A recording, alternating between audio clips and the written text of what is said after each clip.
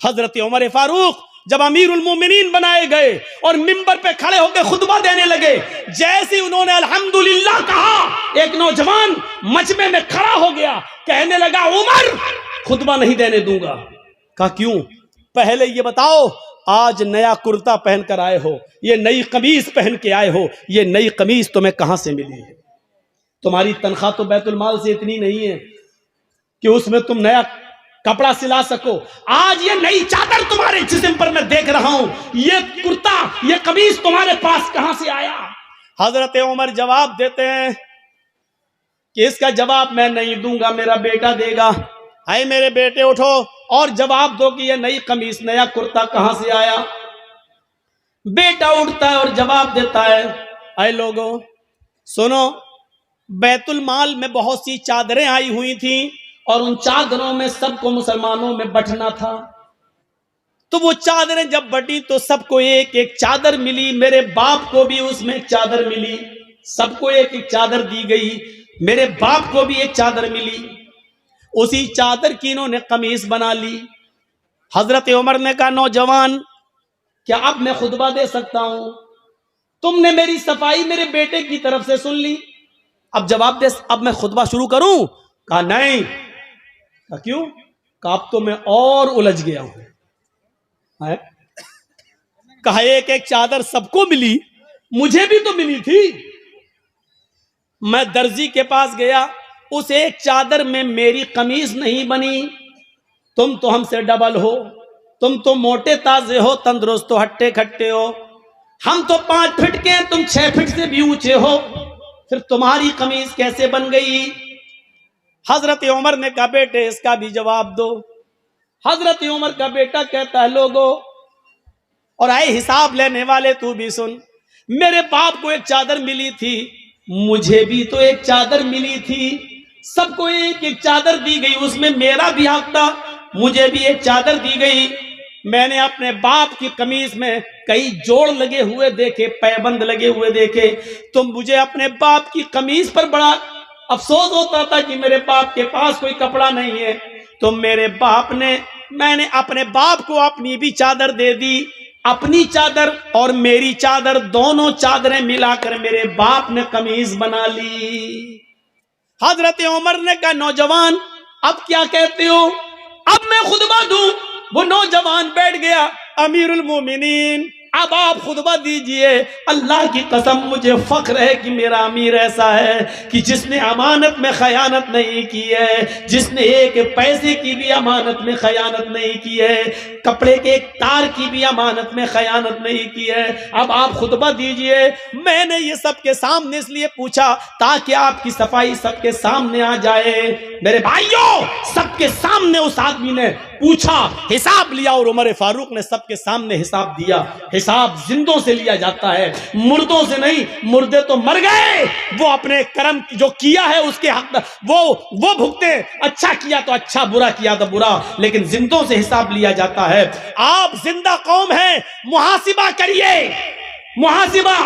20 करोड़ मैंने कम बताए, इस भारत में मुसलमान है 30 करोड़ से ज्यादा, मदरसे हैं 4 लाख से ज्यादा, उलमा है 50 लाख से ज्यादा, लेकिन इतने मदरसे होने के बाद, इतने आलिम होने के बाद, इतने मुसलमान होने के बाद, मस्जिदों में इन मुसलमानों की नमाज पढ़ने का परसेंट है सिर्फ 2%। मेरे भाइयों, ये 98% मुसलमान क्या कर रहा है, या 98% मुसलमान क्या कर रहा है? कभी आपने मुहासिबा किया? कभी आप जो समाज और सोसाइटी के अंदर पंचायतें बिठा लेते हो, जो जुल्म करते हो, भरे मजमे में कहता हूं, अगर मेरी बात गलत हो तो बताओ, आज ऐसा होता है कि नहीं होता है कि एक लड़की बाकायदा पंचायत में कहती है कि इस लड़के के साथ मैं 1 साल से रह रही हूं, 2 साल से मेरा इसके साथ ताल्लुक है, अब ये शादी नहीं कर रहा है मेरे साथ, लिहाजा शादी करवाइए। और वो लड़का शादी से जब मना करता है तो पंचायत पंच लोग बैठकर फैसला करते हैं कि तुम रहते थे कि हाँ ये भी राजी थी, मैंने ऐसा ऐसा किया, तो क्या हुआ? अब पंचायत फैसला क्या करती है? 5 लाख रुपया तुम दो, या तो शादी करो, और शादी नहीं कर रहे हो तो लड़के से 5 लाख, 2 लाख 1 लाख रुपया लेकर लड़की को दिया जाता है कि जाओ तुम अपना घर बसा लो। बताओ ऐसा होता है कि नहीं होता है? और ये पंचायत में ये फैसले किए जाते हैं कि नहीं किए जाते हैं? ऐसा भी होता है लड़का किसी लड़की को लेके भाग गया, समाज सोसाइटी में बुराई हुई, बुलाया गया, लड़का लड़की को लेके आ गया, पंचायत बैठती है और पंचायत में ये लड़की का बाप रोता है, अब मेरी लड़की कहीं मुंह दिखाने के लायक नहीं रही। पंचायत बैठती है और पंच फैसला करते हैं कि तुम इस लड़की से शादी करोगे। साहब शादी नहीं करेंगे, मेरे घर वाले तैयार नहीं, लाइए 2 लाख रुपया दो, और लड़की को दे दिया जाता है। मैं पूछना चाहता हूं कि लड़की अपनी मर्जी से जब भागी है, लड़का भी अपनी मर्जी से भागा है, पंचायत बैठी है, सजा लड़के को ही क्यों मिल रही है? उससे 2 लाख रुपया लेकर फिर उसी लड़की को क्यों दिया जा रहा है? जब गलती दोनों की थी तो सजा दोनों को क्यों नहीं मिल रही है? एक तरफा सजा का क्या तमाशा है, ये मुझे बताइए। ये आपकी सजा क्या शरई सजा है? क्या कुरान और हदीस के मुताबिक सजा है? जबकि कुरान ये कहता है कि जिना के मामले में लड़की ज्यादा गलत होती है, लड़का कम। लड़की की तरफ से ज्यादती होती है और लड़के की तरफ से कम, क्योंकि कुरान ने कहा है अज़्ज़ानियतु वज़्ज़ानी फजलिदू कुल्ला वाहिदतिन मिनहुमा। जिना करने वाली लड़की और जिना करने वाला लड़का, इन दोनों को 100-100 कोड़े मारो। अल्लाह ने पहले लड़की कहा है, बाद में लड़का कहा है, क्योंकि जिना की शुरुआत और जिना की हिम्मत और जिना के लिए उकसाना लड़की की तरफ से पहले होता है। लड़का ठीक है भगा रहा था, लेकिन लड़की अगर भागने का इशारा न करती तो कभी जिंदगी के अंदर लड़का उस लड़की को भगा नहीं सकता था। मेरे भाइयों, फिर लड़की को सजा न दी जाए और पैसा लेकर जुर्माना लड़की को दे दिया जाए। शर्म आनी चाहिए ऐसे पंचों को, और शर्म आनी चाहिए ऐसी पंचायत को जो बिल्कुल दोगला, नालायक और अखलाक से गिरा हुआ फैसला करते हैं। तुम्हें कयामत के दिन अल्लाह के यहां इसका जवाब देना होगा। भाग रही लड़की, साहब मुंह काला हो गया है, क्यों भागी? साहब चली गई, इसका मतलब बाप की गलती थी। क्यों दिया था तूने अपनी लड़की को एंड्रॉइड मोबाइल? क्यों चलाती थी व्हाट्सएप? क्यों चलाती थी मैसेंजर? क्यों चलाती थी फेसबुक? मोबाइल तो तूने लाकर दिया है ना, या चोरी छिपे लड़की मोबाइल चला रही हो, घर में लड़की की अम्मा तक को पता ना हो? सब मिली हुई होती हैं, अम्मा भी बिटिया से मिली होती है। इस मौके पर वो सीरियल याद आता है, बेटी भी कभी मां भी कभी बेटी थी। हम सास भी कभी बहू नहीं कहेंगे।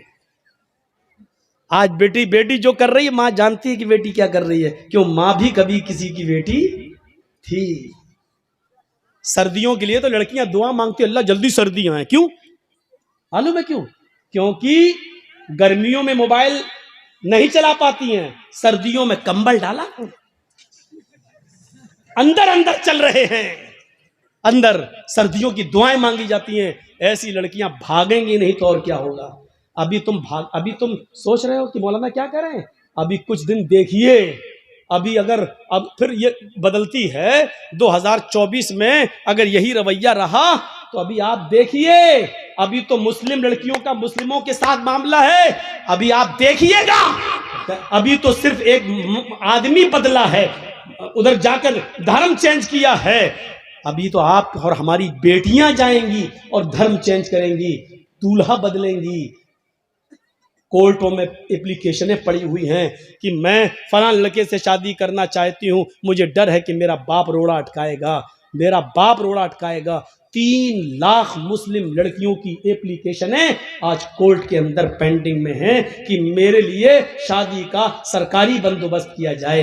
3 लाख मुस्लिम लड़कियां गैर मुस्लिमों के साथ निकाह करने के लिए तैयार हैं। सुनना पड़ेगा तुम्हें ये सब कुछ, तुम्हें क्या तुम्हारे बाप को भी सुनना पड़ेगा। दे दो मोबाइल हाथ में। कॉलेज और यूनिवर्सिटियों का मामला यह है कि मुस्लिम लड़कियों के लिए स्कीमें निकाली जाएंगी। इतनी लड़कियां मुसलमान, और क्या कहा जाएगा? मुस्लिम लड़कियां पढ़ने में बहुत पीछे हैं, लिहाजा मुस्लिम लड़कियों के लिए फला कॉलेज में इतनी सीटें खाली हैं, फला डिपार्टमेंट में इतनी सीटें खाली हैं। लड़कों को नौकरी नहीं दी जाएगी, लड़कों को MBBS में जगह नहीं मिलेगी, लड़कों के लिए वैकेंसी नहीं निकलेगी, लड़कियों के लिए निकलेगी। और वहां प्लानिंग है, प्लानिंग। और प्लानिंग कहां से हो रही है मैं नाम नहीं लूंगा, क्योंकि इन यूट्यूबर वालों ने हमें नाम लेने के लायक नहीं छोड़ा है, नहीं छोड़ा है। इन कमीनों ने मुझे कहीं का नहीं छोड़ा है, मना करने के बावजूद आज फिर दिया है। आज फिर दिया है इन्होंने, आज तो हद ही कर दी। आज तो वो खतने के लिए वो हिस्सा भी बना के डाल दिया। कयामत के दिन मैं तुम्हारा गरीबान पकड़ूंगा। अल्लाह की कसम, मैं इस स्टेज से कह रहा हूं कि मैं तुम्हें माफ नहीं करूंगा। जिसने भी ये हरकत की है मैं माफ नहीं करूंगा तुम्हें, क्योंकि मेरे मना करने के बावजूद भी तुमने ये हरकत की है। मैं माफ नहीं करूंगा। और कर लो 15 दिन और 20 दिन, उसके बाद तुम्हारा पत्ता बिल्कुल साफ। क्योंकि हमने अब शर्त लगाना शुरू कर दी कि जहां चैनल वाले आएंगे वहां मैं नहीं आऊंगा। साफ तौर पर शर्त लगा दी। और 13 फरवरी को प्रोग्राम है मेरा, इसी जगह है ना, भाटोल में। मैं उसके लिए आज ही कह के जा रहा हूं, अगर एक भी यूट्यूबर वाला आया तो मेरे बात फिर सुन लीजिए, मैं एक भी नहीं आऊं, मैं नहीं आऊंगा। मैं आज ही मना कर दे रहा हूं कि एक भी चैनल नहीं आना चाहिए, एक भी चैनल। इसकी शुरुआत मैं इस जलसे से कर रहा हूं। तुम यहां मस्त हो, यूपी में मेरे ऊपर पाबंदी लग गई। तुम्हारी हरकतों की वजह से मैं तकरीर नहीं कर सकता हूं वहां पर। मेरे घर नोटिस पहुंच गया है। ये तुम्हारे हरकत से नहीं, तुम्हारे हरामी पने से मैं गाली दे रहा हूं तुम्हें। तुम्हारे हरामी पने से, इससे बड़ी गाली दे रहा हूं तुम्हारे सुअर पने से। मैं इस लायक हो गया हूं। 13 फरवरी को सुन लें आप लोग सब। मैं यहां से कह के जा रहा हूं कि एक भी नहीं आना चाहिए। और मैं पहले ही पता लगा लूंगा जहां भी रहूंगा कि वीडियो बन रही कि नहीं। अगर जहां भी मैं रहूंगा किसी भी होटल में, सुन लूंगा ये आए हैं, मैं वहीं से अपना बोरिया बिस्तर बांध के चला जाऊंगा। मैं नहीं आऊंगा।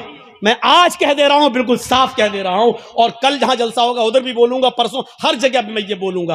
अब तक जहां इश्तिहार छप गए वहां तक तो चल रहा मामला, लेकिन आगे अब ये मामला नहीं चलने दूंगा मैं। इन लोगों ने मना करने के बावजूद भी मेरी बात नहीं मानी है। तुम्हारे पास बैलेंस आना चाहिए बस, दूसरा जेल की सलाखों में चला जाए। तुम्हारे बाप का क्या जा रहा है, तुम्हारी माँ का क्या जा रहा है। जो कुछ बिगड़ रहा मेरा बिगड़ रहा है। रो रही मेरी बाप, हार्ट अटैक का बीमार है मेरा बाप। तुम्हारे बाप का और तुम्हारी माँ का क्या जा रहा है। तुम्हें तो बैंक बैलेंस मिल रहे हैं। 13 फरवरी को एक भी चैनल वाला हमें नहीं देखना चाहिए। जिसको मैं चाहूंगा उसको मैं बुलाऊंगा, मैं अपने चैनल को बुलाऊंगा। मैं जो चाहूंगा अपनी मर्जी से कटिंग करके उसमें दूंगा, मैं उसको रखूंगा। ये याद रखिएगा, 13 फरवरी जो यहां प्रोग्राम है बिल्कुल नहीं। 12 वाले को मैं फोन कर दूंगा, 10-11 वालों को सबको मैं फोन करके अब मना कर दूंगा। एक भी चैनल वाला अगर दिखाई दिया तो हम नहीं आएंगे। ये देख रहे हैं आप गुंछे, ये आप इसको कम मत समझिए। रेजिस होते हैं, किसी दिन अगर फट गया तो पूरे उसमें आग लगेगी। ये रेजिस है, ये बहुत खतरनाक चीज है जो आप समझ नहीं रहे हैं, जो माइक में लगा देते हैं। और इन बेचारे जलसे वालों को बड़ा रहम आ जाता है, बेचारे चलो कर रहे हैं। ये रहम के लायक नहीं है, ये ट्यूबर रहम के लायक नहीं है। जब इन्होंने मना करने के बावजूद मेरी बात नहीं मानी तो अब रहम के लायक नहीं रह गए ये। अल्लाह ताला रहमान है, रहीम है, बहुत रहमान और रहीम है, लेकिन इसके बावजूद जहन्नम बनाई है। क्योंकि वो जानता है कि हर इंसान पर रहम नहीं किया जा सकता। ये यूट्यूबर उसी लायक है। इससे ज्यादा भी और क्या बोले हैं। एक आदमी को किसी ने फोन करके कहा ऐसा क्यों डाल रहा है, तो वो क्या कहता है, सभी डाल रहे हैं तो मैं क्यों पीछे रहूं। वाह साहब, सब मालूम है, एक एक चीज मुझ तक पहुंचती है, एक एक चीज मैं बराबर नजरें रखे हुए हूं यूट्यूब पर। वो सब चैनल वाले मेरी नजरों में है जो ऐसा कर रहे हैं। तुम्हारी नजरों में किसी की इज्जत प्यारी नहीं है। मना करने के बावजूद बताइए, वो खतना तक बना दिया। वो लिंग मशीन, हम मशीन बोल रहे हैं, बजाय वो लिंग बना दे रहा है और यूट्यूब पर डाल रहा है। औरतें भी हमारी तकरीरें सुनती हैं। तेरे घर में माँ बहन नहीं है बेगैरत, शर्म नहीं आती तुझे है?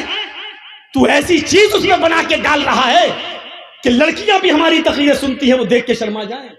लगता है ऐसा काम वही कर सकता है जिसके घर में बहन ना हो, जिसके घर में बेटी ना हो। इतना खतरनाक सुनने के बाद भी अगर तेरा कलेजा ना पसीजे और तेरा दिल मोम ना हो तो शर्म से चुल्लू भर पानी में डूब के मर जाना चाहिए ऐसे यूट्यूबर।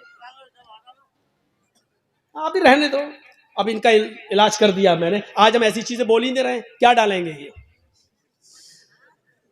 तो मेरे भाइयों, लेकिन जो चीज मैं बोलना चाहता था वो बोल नहीं पा रहा हूं, क्योंकि ये लोग बोलने नहीं दे रहे हैं। इसलिए 13 फरवरी को याद रखिएगा, शुरुआत आपके यहां से होनी चाहिए। मुझे एक भी यूट्यूबर देखना नहीं चाहिए। तो मेरे भाइयों, मैं बात बहुत आगे की तरफ ले गया और बढ़ गया। तो मैं कह ये रहा था, कहां से बात कट गई थी, किसी को मालूम है मैं क्या कह रहा था?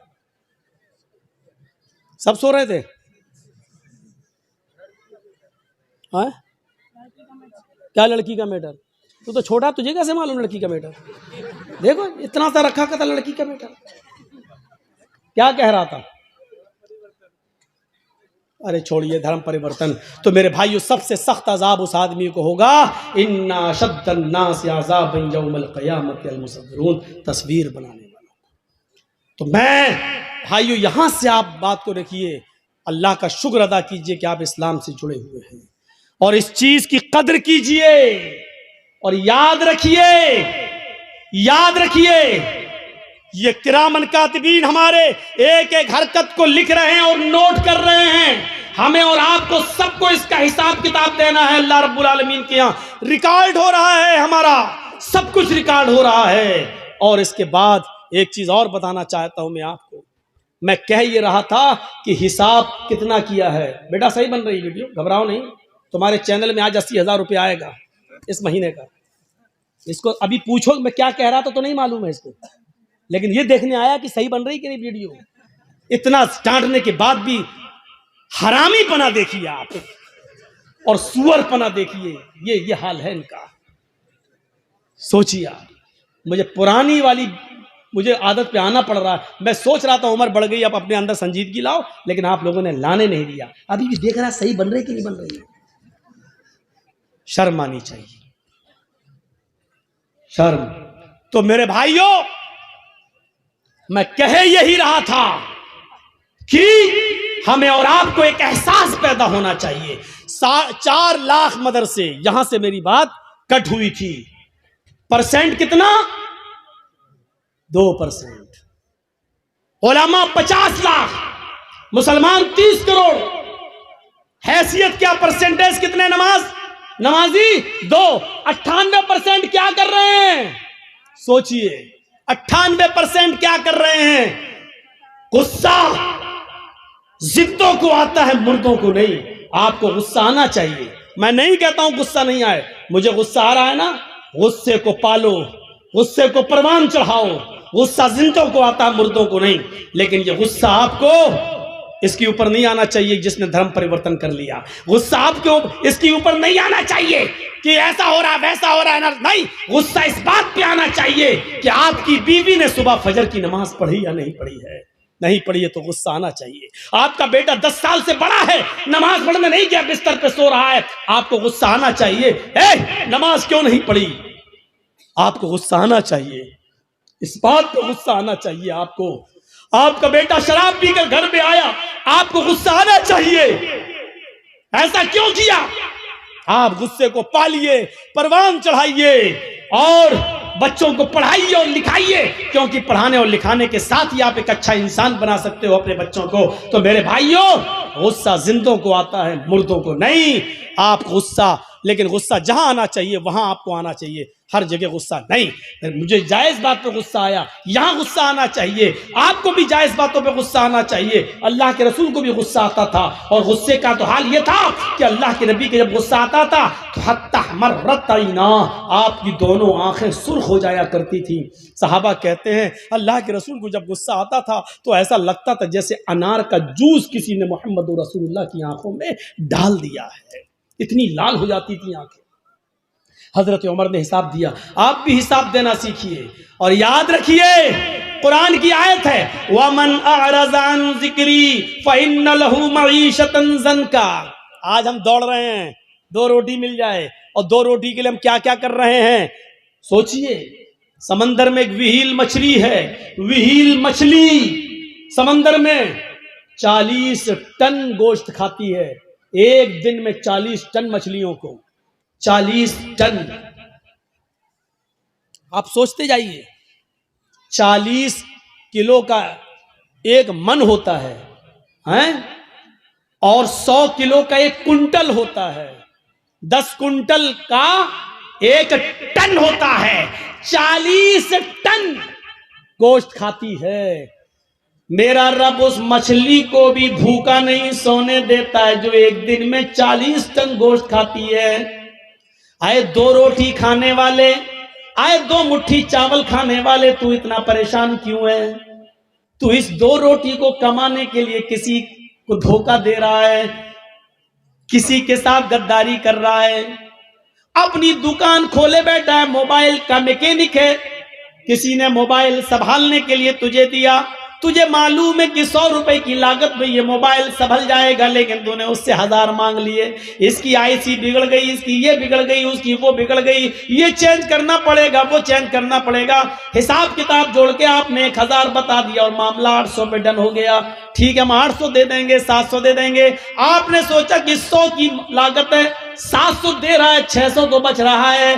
आपने 100 की जगह 1000 बताया, 100 की जगह 150 बताना आपका जायज था, 100 की जगह 200 बता देते आपके लिए जायज था, लेकिन 100 की जगह 1000 बताकर 700 पे अपने मामले को डन करना, ये है कुरान की उस आयत के मुताबिक कि या अय्युहल्लज़ीना आमनू ला ताकुलू अम्वालकुम बैनकुम बिल बातिल, ईमानो वालो तुम आपस में एक दूसरे का माल नाजायज तरीके से मत खाओ। ये मुसलमान का ही माल नाजायज तरीके से खा रहा है, ये उसको गसब कर रहा है। मेरे भाइयों, 100 रुपए का मोबाइल 150 आप ले लो, 200 ले लो, आपने 700 रुपए जो लिए हैं ये आपके लिए हराम है। अल्लाह की कसम, अब आप जो खाना खाकर मस्जिद में जाओगे नमाज पढ़ने के लिए, आपकी नमाज कबूल नहीं होगी। जिसने हराम का एक लुकमा खाया 40 दिन तक अल्लाह उसकी इबादत को कबूल नहीं करता। हम और आप सोचें हमारी रिस्क की तंगी क्यों हो रही है, हम इतना कमा रहे हैं लेकिन पैसा हमारे पास रुक क्यों नहीं रहा है। बहुत से लोगों को शिकायत, मौलाना पैसा तो बहुत है, कमाता हूं मैं एक दिन में 50-50 हजार रुपए, लेकिन रुकता नहीं है मेरे पास, पता नहीं कहां चला जाता है, पता नहीं कहां चला जाता है। तेरे सवाल का जवाब दिया है कुरान ने। भाई हर आदमी को यही शिकायत है ना, पैसा तो आता है मौलाना, मेहनत तो करता हूं, 500-600 हजार रुपए रोज कमाता हूं, लेकिन यार जितना कमाता हूं शाम तक कुछ नहीं बचता, मेरे हाथ में नहीं रहता है। कभी बेटा बीमार, कभी बेटी बीमार, कभी बाप बीमार, कभी अम्मा बीमार, कभी बीवी बीमार, या रुकता नहीं है। तेरे सवाल का जवाब मौलवी के पास नहीं, कुरान में मौजूद है। वमन अअरज़ा अन ज़िक्री फ़इन्न लहू मईशतन ज़ंका, तुम अल्लाह के जिक्र से मुंह मोड़ोगे, एराज करोगे, तो अल्लाह कहता हम तुम्हारी रोजी को तंग कर देंगे। आइए 2-3 मिसालें सुन लीजिए, बड़ी अच्छी मिसालें दे रहा हूं। ये रोजी को तंग करना ये क्या है और जिक्र से मुराद क्या है। वमन अअरज़ अन ज़िक्री, जिक्र से मुराद नमाज। अल्लाह ने सूरह जुमा में फरमाया फ़इज़ा क़ुज़ियतिस सलात फंत या अय्युहल्लज़ीना आमनू इज़ा नूदिया लिस्सलाती फसआऊ इला ज़िक्रिल्लाह। जब तुम्हें जुमे की नमाज के लिए, जुमे की अजान के लिए बुलाया जाए, जुमे की अजान जब दी जाए, पुकारा जाए जुमे की नमाज के लिए, तो क्या कहा, फसआऊ इला ज़िक्रिल्लाह, तो तुम दौड़ पड़ो अल्लाह के जिक्र के लिए। इससे मुराद क्या है, नमाज के लिए, तो तुम चलो नमाज के लिए, जिक्र से मुराद नमाज। यहां अल्लाह ने क्या कहा, वमन अअरज़ा अन ज़िक्री, जिसने मेरे जिक्र से एराज किया, मुंह मोड़ा, तो क्या कहा, फ़इन्न लहू मईशतन ज़ंका, हम उसकी रोजी तंग कर देंगे। एक बात याद रखिएगा, बहुत बहुत बहुत बड़े पॉइंट की बात बता रहा हूं आपको। अल्लाह ने यहाँ ये नहीं कहा कि नमाज छोड़ोगे तो रोजी तंग कर देंगे। छोड़ने वाले का तो वो तो मुसलमान ही नहीं है, वो अपने आप को मुसलमान समझता रहे। मेरे भाइयों, अल्लामा इब्न बाज ने फतवा दिया, सऊदिया के सबसे बड़े मुफ्ती ने, कि अगर बेनमाजी मर जाए तो उसकी जनाजे की नमाज न पढ़ी जाए, उसको मुसलमानों के कब्रिस्तान में दफन न किया जाए। एक औरत ने अब्दुल्ला इब्न बाज सऊदिया के मुफ्ती से सवाल किया कि मेरा शौहर बेनमाजी है, उसको मैं 2 साल से समझा रही हूं लेकिन वो फिर भी नमाज नहीं पढ़ता है, तो क्या मेरा अपने शौहर के साथ रहना जरूरी है। फरमाया बिल्कुल नहीं, 1 सेकंड में तुम अपने शौहर से अलग हो जाओ। उसने फिर पूछा कि मेरा शौहर मुझे तलाक नहीं दे रहा है, मैं क्या करूं। अब्दुल्ला इब्न बाज ने फतवा दिया तलाक की जरूरत ही नहीं है, क्योंकि तेरा शौहर 2 साल से नमाज नहीं पढ़ रहा है। जब वो मोमिन ही नहीं है, तू मोमिन है। मोमिन औरत किसी काफिर के साथ रह नहीं सकती है, वो तलाक नहीं दे रहा है, मत देने दे। ये निकाह अपने आप ऑटोमेटिक फिस्क हो जाता है। लिहाजा तू एक इद्दत हैज का गुजार, एक पीरियड गुजार, यानी 1 महीना तुझे आएगा, बस 1 पीरियड गुजारने के बाद तू अपना दूसरा निकाह कर ले किसी मोमिन से। तलाक की जरूरत ही नहीं है, क्योंकि वो तेरा शौहर ही नहीं है। मेरे प्यारे साथियों, गौर करो, अल्लाह ने यहां क्या कहा है, नुक्ता याद रखिएगा, नुक्ता। हद कर दी आप लोगों ने। चलिए करिए जो कुछ कहना है। एक तो बच्चा हेरा गया, मेरा मेहमान है बच्चा। चलिए कहिए जो कुछ कहना, वो माइक रखा वो बोलिए ना। बच्चा हेरा गया, पैदा करना जानते हैं बस, तरबियत है ही नहीं। घर में घुसो 5 बच्चे, किसी के 6 बच्चे, हर जलसे में बच्चा हेराता है। একটা বাচ্চা हर जलसे में একটা বাচ্চা হারিয়ে গেছে। মেয়েটার নাম হলো শহর বানু, ওর বাড়ি হলো বাটরা। ও আমার বাড়িতে, অর্থাৎ মেম্বারের বাড়িতে ও কুটুম আসছে। যদি আপনারা কেউ পেয়ে থাকে আমার ঠিকানায় বাচ্চাটাকে দিয়ে যাবেন। বাচ্চাটার নাম হচ্ছে শহর বানু। আসসালামু আলাইকুম। इसकी माँ को सलाम करना चाहिए। यानी कितनी व्यस्त है चूड़ी और साड़ी दिखाने में कि बच्चे की फिक्र ही नहीं है। मुसलमानों के पास रह गया, पैदा करो, छोड़ दो आवारा साड़ की तरह गाय की तरह। पैदा कर रहे हो तो कम से कम तरबियत भी होनी चाहिए यार। हर जलसे में सुनता हूँ एक बच्चा खो गया, कभी तो बच्ची रोती हुई आती है, कभी तो लगता है इसका बाप नहीं मिलेगा, हम ही को लेके जाना पड़ेगा। अजीब सा लगता है। तो नमाज छोड़ना तो अलग चीज है, उसके बारे में हम नहीं कह रहे हैं। वमन आरज़ान जिक्री, जिसने मेरे जिक्र से एराज किया। ये एराज क्या होता है सुनिए, दिल चाहता कि आज तुम्हें बताऊं, सुनो एराज क्या होता है। जिसने मेरे जिक्र से यानी मेरी नमाज से एराज किया, फ़इन्न लहू मईशतन ज़नका, हम उसकी रोजी तंग कर देंगे। वनहशुरुहु यौमल क़यामति अमा, और क़यामत के दिन उसको अंधा उठाएंगे। उसकी आंखें नहीं होंगी, आंखें होंगी लेकिन देख नहीं सकता, अंधा उठेगा। कौन? नमाज छोड़ने वाला नहीं, नमाज से एराज करने वाला। एराज करना क्या हुआ? एक मिसाल तो यही मिल गई। ये एराज करना है, जैसे एक औरत का बच्चा खो गया और अम्मा को फिक्र ही नहीं बच्चे की, वो अपनी चूड़ी में लगी हुई है, वो अपनी चप्पल दिखा रही है, कितने की ये तेरी बिंदी कितने की, ये साड़ी कितने की। इसको कहा जाता है कि इसने अपने बच्चे से एराज किया है।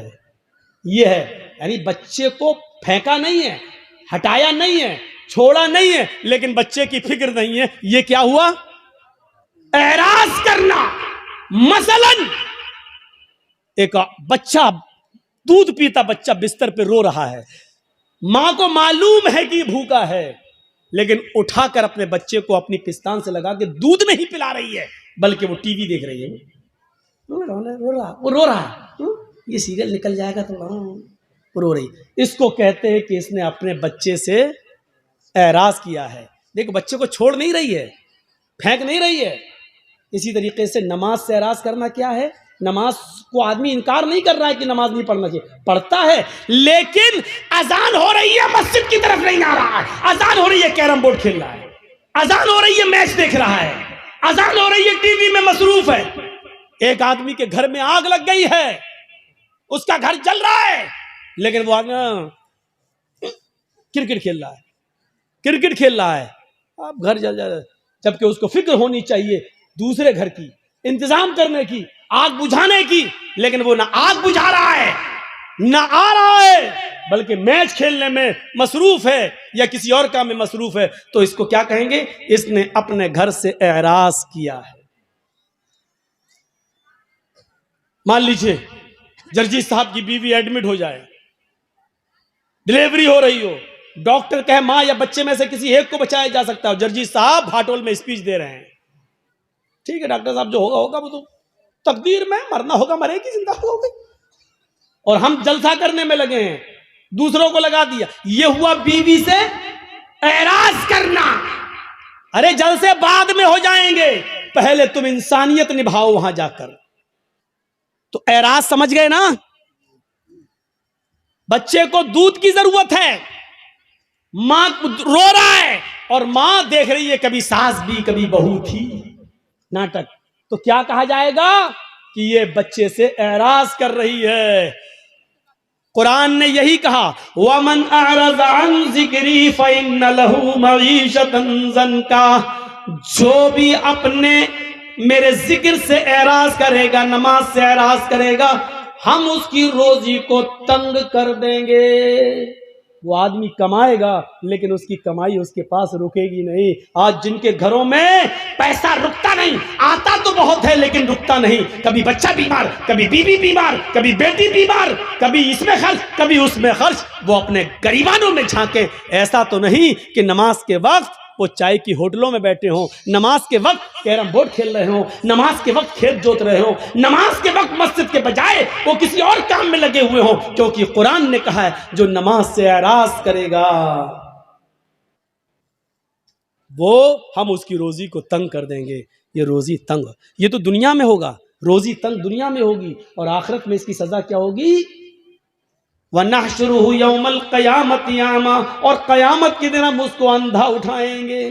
वो कहेगा अल्लाह दुनिया में तो मैं बीना था, देखता था, लेकिन आखिरत में तूने मुझे अंधा क्यों कर दिया, आखिरत में तूने मुझे अंधा क्यों उठाया। वो ये बात कहेगा, इस बात का ऐलान करेगा। अल्लाह के जिक्र से एराज का बहुत खतरनाक अंजाम होता है। एक अंजाम मैं तुम्हें बताने जा रहा हूं। लोनी का नाम सुना है? गाजियाबाद से दिल्ली जब आप जाएंगे तो बाई रोड बस के जरिए, तो बीच में एक जगह पड़ेगी लोनी। लोनी में सन 1995 का वाकया है। सुनिएगा जरा, जिसको जाना हो चला जाए।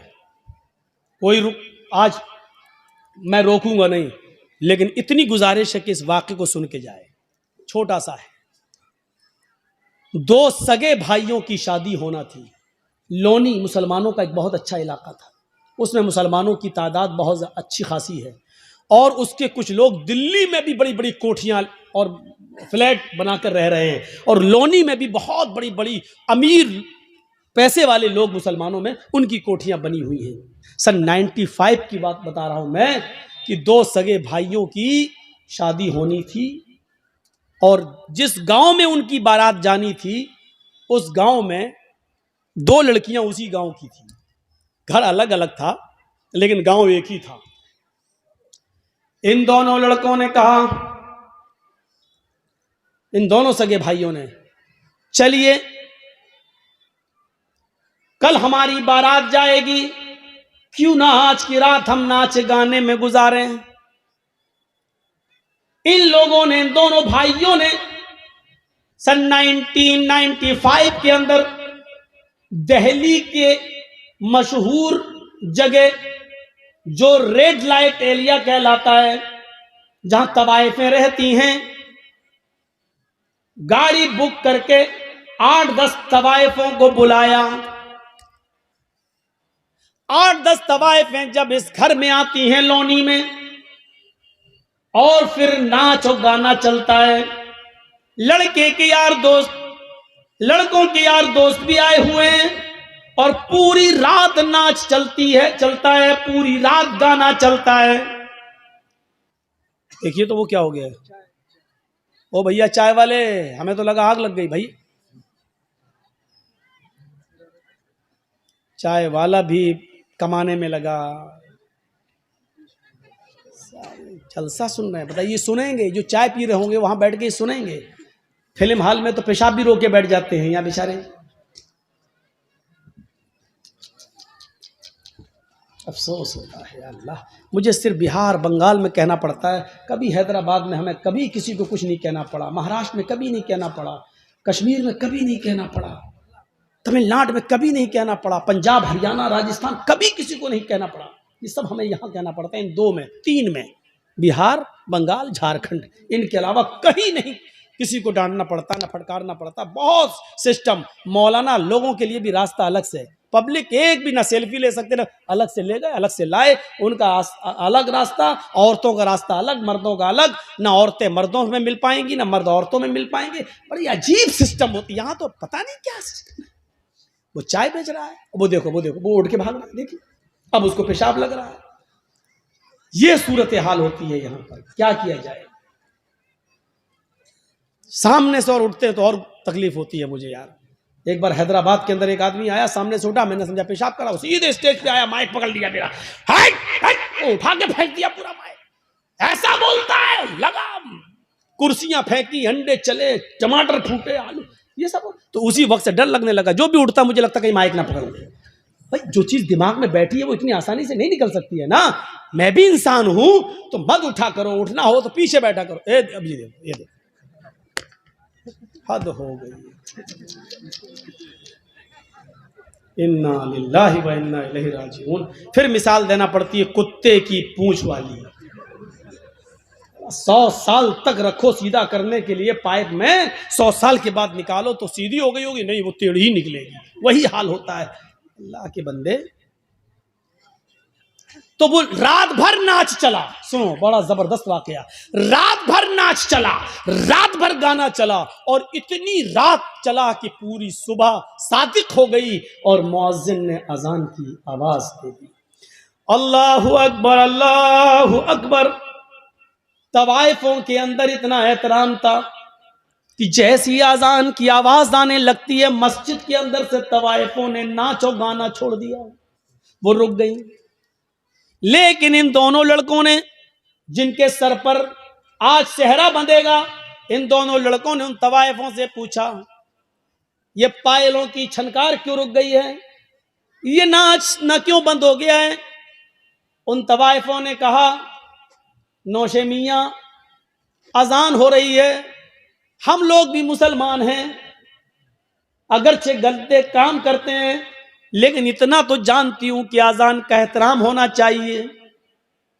ये अजान हो रही है, अजान हो जाने दीजिए, उसके बाद हम अपना काम शुरू कर देंगे। इन दोनों लड़कों ने कहा, अजान दिन भर में 5 मरतबा होती है, ये तो होती रहेगी, लेकिन तुम थोड़ी रोज आओगी। चलो तुम अपने गाना गाना और नाचना शुरू करो। चूंकि तवाइफों को पैसा लेना था, एहतराम में रुकना भी उनका बेकार गया, और इन दोनों लड़कों के कहने पर उन्होंने फिर नाचना शुरू कर दिया। सर्दियों के दिन थे, तवाइफों को तो नाचते नाचते पसीना आ गया। सुबह 7 बजे तक ये नाच गाना चला। अब उन तवाइफों को पैसे वैसे दे दिए गए और उनसे कहा गया, चलो। उन तवाइफों ने कहा कि हम अकेले नहीं आए थे, अकेले जाएंगे भी नहीं, क्योंकि हम तवाइफों पर कभी भी और कहीं पर भी हमला हो सकता है, हर आदमी हमें पूरी नजर से देखता है। इन दोनों लड़कों ने एक गाड़ी ली और कहा कि तुम्हारी गाड़ी नहीं तवाइफों की आगे चलेगी, चलो गाजियाबाद से दिल्ली है ही कितना दूर, तुम्हें छोड़ के आते हैं। आज शाम को 4 बजे हम दोनों की बारात जाएगी, हम वहां से आ जाते हैं तुम्हें छोड़कर।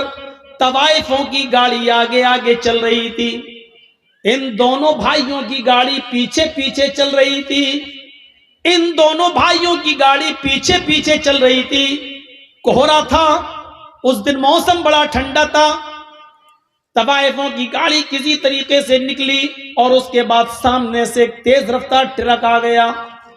कोहरे की वजह से पहचान नहीं हुई और इन दोनों भाइयों की गाड़ी उस ट्रक से टकरा जाती है, और ये टक्कर इतनी जोर से होती है कि गाड़ी कई बार जंपिंग खाते हुए खेत के अंदर, खलियान के अंदर जाती है।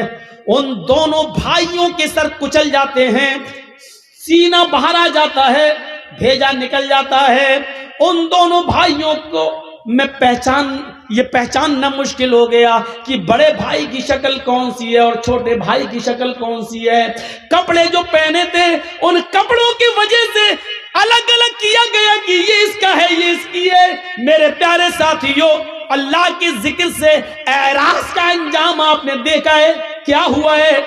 ये नमाज का वक्त था, इसने नमाज को छोड़कर नाच गानों में मस्त हो गया, फिर उन तवाइफों को छोड़ने भाग गया। अंजाम ये हुआ कि मेरे भाइयों, अभी शाम को 5-6-10 घंटे के बाद इन दोनों के सरों पर सेहरा बंधना था और ससुराल से मिलने वाले कपड़े इनको पहनना थे। लेकिन अब इनके सरों पर सेहरा नहीं, ससुराल से दिए हुए कपड़े नहीं, अब इनके जिस्मों पर कफन पहनाया जा रहा है।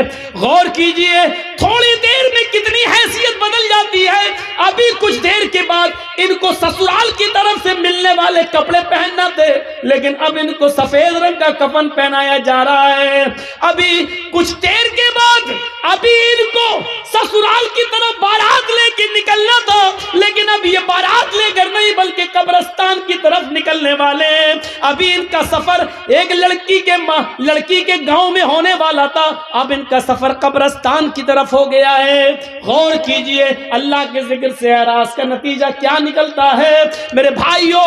अभी इनको ससुराल जाना था लेकिन कब्रिस्तान पहुंचाया जा रहा है, कपड़े पहनाते कफन पहनाया जा रहा है। जिस मौलवी को अभी इनको ससुराल में बारात की जगह पर बैठकर या अय्युहल्लज़ीना आमनू तक़ुल्लाह हक़्क़ तुक़ातिह कुरान की आयतें पढ़कर इनका निकाह कराना था, आज उस मौलवी को अल्लाहुम्मा इग़फ़िर लिहय्यिना व मय्यतिना व शाहिदिना व गायबिना व सग़ीरिना व कबीरिना पढ़ना पड़ रहा है। अल्लाह के जिक्र से एराज़ का नतीजा ये निकलता है मेरे भाइयों। इसी को कुरान कहता है वमन अअरज़ अन ज़िक्री फ़इन्न लहू मईशतन ज़न्का। अगर तुम अल्लाह के जिक्र से एराज़ करोगे, मुंह फेरोगे। इन दोनों बच्चों ने नमाज का इनकार नहीं किया था, नहीं नमाज नहीं पढ़ना चाहिए, नहीं, सिर्फ मुंह मोड़ा था। चलो, अरे अजान तो होती रहती है, वो अपना काम कर रहा है, तुम अपना काम करो। इनको अजान के बाद नमाज पढ़ने जाना चाहिए था, नहीं गए।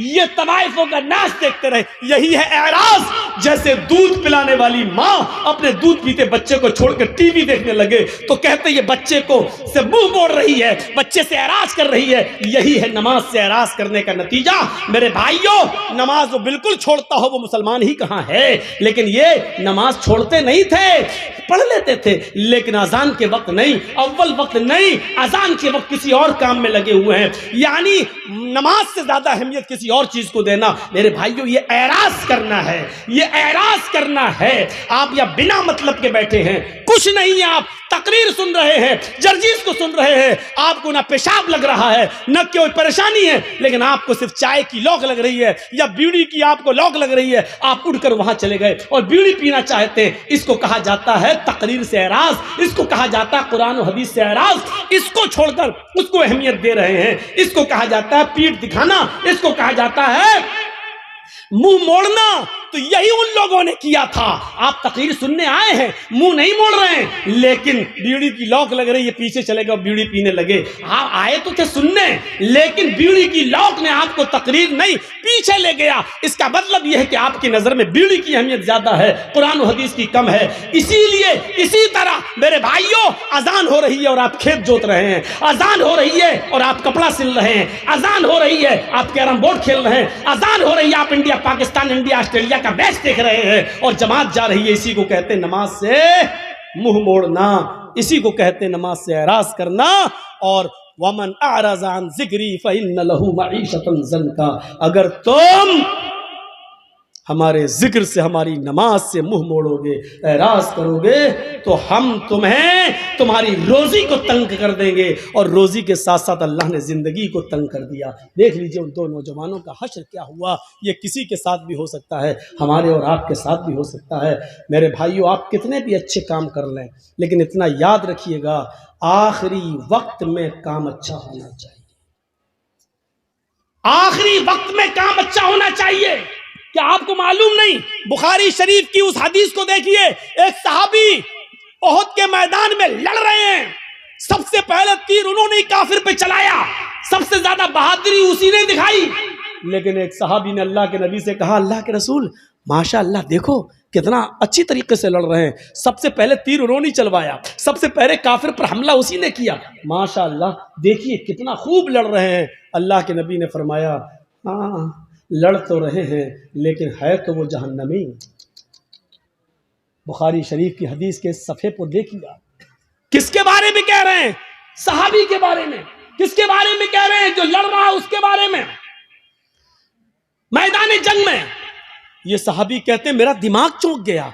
जो आदमी जिहाद कर रहा हो, जो आदमी तीर चला रहा हो, जो आदमी तलवार चला रहा हो, जो आदमी काफिरों में घुस के लड़ रहा हो, और उसको अल्लाह के नबी कह रहे हैं ये तो है जहन्नमी।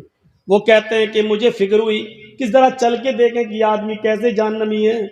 देखें तो वो चुपकी चुपकी उसको देखने लगे।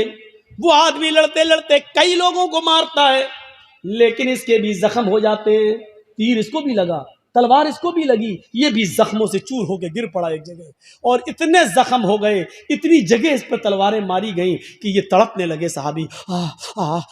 जब उन्होंने देखा कि तड़प बर्दाश्त से बाहर है, तकलीफ बर्दाश्त नहीं कर सके, दूसरा सहाबी देख रहा है कि देखें क्या होता है, ये जमीन पर पड़े हैं, जख्मों की तकलीफ बर्दाश्त नहीं कर पा रहे हैं। ये उठते हैं और तलवार लेकर जमीन पर गाड़ते हैं, तलवार लेकर जमीन पर गाड़ते हैं और अपना ये सीने का ये बीच वाला हिस्सा जो होता है, ये पिछली दोनों पिछलियों के दरमियान, इस पर तलवार की नोक को इस पर रखते हैं और पूरा वजन उसके ऊपर डालकर उसके ऊपर चढ़ जाते हैं और तलवार यहाँ से घुसती है और यहाँ से निकलती है और ये इंतकाल, मर गए। शहीद तो नहीं कहेंगे क्योंकि इनका जब इंतकाल हुआ, ये तलवार जो घोंपी उधर चली गई तो ये सहाबी वो मर गए। अल्लाह के नबी के पास जो देख रहा था सहाबी, वो आए और आकर कहा अशहदु अन्नका अशहदु अन्न मुहम्मद अशहदु अल्ला इलाहा इल्लल्लाह व अशहदु अन्न मुहम्मदन अब्दुहु व रसूलुहु। आपने कहा तुम तो पहले ही से मुसलमान हो, आज ये कलमा पढ़ने की क्या ज़रूरत? कहा अल्लाह के रसूल, अभी कुछ देर पहले मैंने आपसे कहा था एक सहाबी लड़ रहे हैं, कितने बहादुर हैं। आपने कहा हाँ है तो वो जहन्नमी, आज मैंने अपनी आंखों से देखा। आपने कहा क्या हुआ उसका? कहा अल्लाह के रसूल बड़ी बहादुरी से लड़ा, लेकिन आखिरी वक्त सब्र नहीं कर सका, तकलीफें बर्दाश्त नहीं कर सका, उसने अपनी मौत में जल्दी कर ली। उसने तलवार जमीन पर गाड़ के अपना सीना जमीन पर रख के उस पर बोझ वजन रख दिया और इंतकाल हो गया उनका। आपने फरमाया मेरे साहबी, आपने फरमाया हाँ, एक इंसान जिंदगी भर अच्छे अमल करता है, पूरी जिंदगी नेक अमल करता है, यहाँ तक कि उसके और उसके जन्नत के बीच में सिर्फ एक बालिश का फासला रह जाता है। एक बालिश, यानी इतना अमल और कर ले कि वो जन्नत में चला जाए, लेकिन वहीं से अल्लाह उसको बदल देता है और जहन्नम जैसे अमाल करवाता है। मेरे भाइयों गौर करो, उस सहाबी ने कभी नमाज नहीं छोड़ी, उस सहाबी ने कभी रोजा नहीं छोड़ा, उस सहाबी ने कभी और कोई जंग नहीं छोड़ी, उस सहाबी ने कुछ नहीं, हमेशा नमाज, तहज्जुद की पाबंदी, सब कुछ। लेकिन जहन्नम में क्यों जा रहे हैं? क्योंकि उन्होंने खुदकुशी कर ली जो हराम है, खुदकुशी कर ली जो हराम है। अगर तुम्हें तकलीफ हुई थी तो उस पर सब्र करते, अल्लाह रब्बुल आलमीन इस तकलीफ को तुम्हारे गुनाहों का कफारा बनाता और सब्र करते तो अल्लाह तुम्हें जन्नत देता। लेकिन उन्होंने मौत में जल्दी कर ली, तकलीफ बर्दाश्त नहीं हो सकी और इंतकाल। अल्लाह के नबी ने कहा वो जहन्नम के अंदर जाएंगे। अंदाज़ा लगाइए आप, हम और आप चाहे कितने जल्द से सुन लें, चाहे कितनी नमाजें पढ़ लें, लेकिन अगर हमारा इंतकाल के वक्त, आखिरी उम्र में, आखिरी वक्त अगर हमारा इंतकाल सही रास्ते पर और सही अमल पर नहीं हुआ, और आखिरी वक्त किसका कब आ जाए कुछ नहीं कहा जा सकता। हम कल मर जाए, कल मौत आ जाए, किसको मालूम है कब किसका इंतकाल हो जाए? क्या किसी ने गारंटी ली है? हजरत अब्दुल्ला इब्ने उमर फरमाते हैं कि अल्लाह के नबी ने मेरा कांधा पकड़ा, ये कांधा, अखज़ बिमन कबिय फकाल या अब्दुल्ला कुन फिद दुनिया का अन्नका गरीब औ आबिरु सबील इज़ा अमसैता फला तंतज़िर सबह व इज़ा अस्बहता फला तंतज़िर मसा। आए अब्दुल्ला, इस दुनिया में मुसाफिर की तरह रहो। जब बिस्तर पे सोने जाओ, जब रात में बिस्तर पे सोने जाओ तो सुबह ये मत सोचना कि हम जिंदा उठेंगे, और जब सुबह उठो तो ये मत सोचना कि शाम को तुम जिंदा रहोगे, और शाम का इंतजार करो, पता नहीं सुबह या शाम तक तुम मुर्दों में लिखे जाओ या जिंदों में लिखे जाओ, क्या मालूम। जब शाम हो जाए तो सुबह का इंतजार मत करना, पता नहीं सुबह तुम मुर्दों में लिखे जाओ या जिंदों में। जब सुबह हो जाए तो शाम का इंतजार मत करना, पता नहीं शाम तक तुम मुर्दों में लिखे जाओ या जिंदों में लिखे जाओ। कभी ऐसा मत करना, बस नेक अमल में आगे बढ़ो। इसीलिए दुआ की जाती है कि अल्लाह जब तक तू हमें जिंदा रख, इस्लाम पे रखना। नहीं, इसके बाद भी कही जाती है क्या? आए अल्लाह जब तक तू हमें जिंदा रख, इस्लाम पर रखना, और जब हमारा खात्मा हो तो ईमान पर हमारा खात्मा फरमाना। सिर्फ ये दुआ मत करना अल्लाह जब तक मैं जिंदा रहूं इस्लाम पर रखना, नहीं, ये दुआ भी शामिल करना कि आए अल्लाह जब मेरा इंतकाल हो, मेरा खात्मा हो, तो उस वक्त भी हम मोमिन रहें। क्योंकि देखिए सहाबी का खात्मा ईमान पर नहीं हो पाया, जिंदगी भर इस्लाम पे तो रहे, लेकिन आखिरी वक्त में मेरे भाइयों देख लीजिए कि उन्होंने खुदकुशी कर ली। आखिरी वक्त में खुदकुशी करने वाले की नमाज जनाजा जायज नहीं है, खुदकुशी करने वाले को मुसलमानों के कब्रिस्तान में दफन करना जायज नहीं है। कितने लोग खुदकुशी कर लेते हैं, कितने लोग। मेरे भाइयों इन चीजों को देखो, अल्लाह के नबी सल्लल्लाहु अलैहि वसल्लम ने तो एक और निशानी बताई थी, और क्या कहा था? युस्बिहुर रजुलु मुमिनन व युमसी काफिरन व युमसी मुमिनन व युस्बिहु काफिरन यबीउ दीनहु बिइरज़िन मिनद दुनिया। लोगों, कयामत के आने से पहले तुम एक निशानी देख लेना, ये तुम अपने सोसाइटी में देख लेना और देख लो, अपने यहां झांक कर देख लो ये हो रहा कि नहीं। एक मुसलमान युस्बिहुर रजुलु मुमिनन, सुबह उठेगा तो मोमिन होगा, लेकिन शाम होते होते काफिर हो जाएगा। शाम को मोमिन होगा, सुबह उठते उठते काफिर हो जाएगा। ये कौन होगा? युस्बिहुर रजुलु मुमिनन, एक मुसलमान सुबह उठेगा तो मोमिन होगा, उसने फजर की नमाज जमात के साथ पढ़ी होगी, फजर के बाद कुरान की तिलावत की होगी, सुबह सूरज निकलने के बाद सदका और खैरात किया होगा, गरीबों की मदद की होगी, लेकिन शाम होने से पहले पहले वो काफिर हो जाएगा। इशारा क्या है? ये सब कुछ करने के बावजूद इलेक्शन में खड़ा है, नेता है, मुसलमान है, लेकिन जिस बस्ती से लड़ रहा है वहां हिंदू भाइयों की तादाद ज्यादा है। उनको खुश करने के लिए और उनका वोट लेने के लिए वो उनके मंदिर में भी जाएगा, टीका भी लगा लेगा और मूर्ति के ऊपर हार भी चढ़ा देगा। मेरे भाइयों, ऐसे लोगों के बारे में फरमाया युस्बिहुर रजुलु मुमिनन, सुबह देखोगे कि वो हालत ईमान में उठेगा, लेकिन शाम होने से पहले पहले वो काफिर हो जाएगा। अपनी सोसाइटी पर, अपने समाज में नजर डाल के देखो कि ऐसे कितने लोग मौजूद हैं जो गैर मुस्लिमों का वोट पाने के लिए टीका भी लगा लेते हैं और मूर्तियों पर हार फूल भी चढ़ा देते हैं। हमारे हिंदुस्तान का कानून हमें जबरन मजबूर नहीं करता है। हमारे इंडिया का लॉ ये कहता है कि आप मुसलमान हैं, आप इस्लाम पर खूब जोर से अमल कीजिए, लेकिन आप हिंदू धर्म को या किसी भी धर्म को बुरा मत कहिए। जो आदमी हिंदू है वो अपने धर्म पर खूब कायम रहे, मजबूत रहे, लेकिन वो इस्लाम को बुरा न कहे। ये हमारे भारत का संविधान है, कानून है। किसी हिंदू को जबरदस्ती मस्जिद में लाने को गवारा नहीं करता है, तो किसी मुसलमान को भी जबरदस्ती मंदिर में जाना गवारा नहीं करता है। मुसलमान अपने मजहब पर अमल करें, हिंदू अपने धर्म पर अमल करें। मेरे भाइयों, जब एक बाग के अंदर आम और सेब एक जगह हो सकते हैं, तो क्या एक मुल्क के अंदर हिंदू और मुसलमान एक जगह नहीं हो सकते हैं? जब आम और सेब को किसी से दुश्मनी नहीं हो सकती है, तो हिंदू को मुसलमान से और मुसलमान को एक हिंदू से क्या दुश्मनी होनी चाहिए? अब आप सोचिए और समझिए कि आज हमारे समाज में क्या हो रहा है, हम किस तरफ जा रहे हैं, हमारा इस्लाम के साथ उठना बैठना कैसे होना चाहिए। मैंने आज अमला बारी के प्रोग्राम में मैंने मिसाल दी थी। आप क्या समझते हैं? ये बिजली का खंभा है मान लो, और आम के पेड़ लगा हुआ है आपके बगल में, और हवा चली, 2-4 पत्ते टूटे और आम के पेड़ पे चिपक गए। ये बिजली के खंभे पे चिपक गए, तो आप क्या समझ, ये बिजली का खंभा जिस पे आम के 10 पत्ते चिपक गए, तो क्या ये बिजली का खंभा आम का पेड़ हो जाएगा? आप मुझे, ये आम का पेड़ है, चलो मान लो ये बिजली का खंभा है, एक मिसाल, और ये आम का पेड़ लगा है, और हवा चली, आम के पत्ते टूटते हैं और बिजली के खंभे पे चिपक जाते हैं। 10, 15, 20 पत्ते टूटे और पेड़ पे चिपक गए, खंभे पे चिपक गए। तो देखने वाला कह रहे हैं बिजली के खंभे पे आम के पत्ते, तो क्या वो बिजली के खंभे को आम का पेड़ कहना शुरू कर देगा? और जो बिजली के खंभे को आम का पेड़ कहे वो बेवकूफ है कि नहीं? क्यों?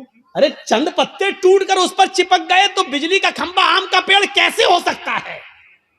तो यही तो मैं आपसे पूछ रहा हूं। चंद नमाजें पढ़ ली, चंद रोजे रख लिए, तो आप पक्के मुसलमान कैसे हो सकते हैं? जब आम के चंद पत्ते बिजली के खंभे को आम का पेड़ नहीं बना सकते, तो आपकी 2-4 नमाजें और 2-4 अच्छे काम और 2-4 रोजे आपको मुसलमान बना देंगे? वाह साहब, कितना आसान है। जिस तरीके से आम के पेड़ पर टूटकर बिजली के खंभे पर चिपके हुए पत्तों से बिजली का खंभा आम का पेड़ नहीं बन सकता, और जो उसको आम का पेड़ कहेगा वो पागल है, उसी तरीके से 2-4 नमाजें और 2-4 रोजे रखने के बाद कोई आदमी किसी को मुसलमान समझता तो वो भी पागल है। अब आम का पेड़ किसको कहोगे? जो अपनी जड़ से भी आम हो, जो अपने तने से भी आम हो, जो अपनी शाखाओं से भी आम हो, जो अपने पत्तों से भी आम हो, और जो अपने फल से भी आम हो, उसको आप कहेंगे क्या? आम का पेड़। तो हम मुसलमान उसी को कहेंगे जो जड़ से, जिसके अंदर इस्लाम घुसा हो, उसके तना भी इस्लामी हो, उसके पत्ते भी, उसका उठना बैठना लेटना सोना जागना खाना पीना शादी, नमाज, रोजे सब कुछ इस्लामी हो। क्या हमारी शादियां इस्लामी हो रही हैं? शादी करके देखिए, जिस बस में लड़के बैठे हैं बारात में जाने के लिए, उसी बस में लड़कियां भी बैठी हैं और ही हा हा हो रही है, लिपस्टिक लगा के घुसी जा रही हैं, लग रहा है जैसे अपने आदमी का खून पी के आई हो। देख लीजिए आप, नंगा नाच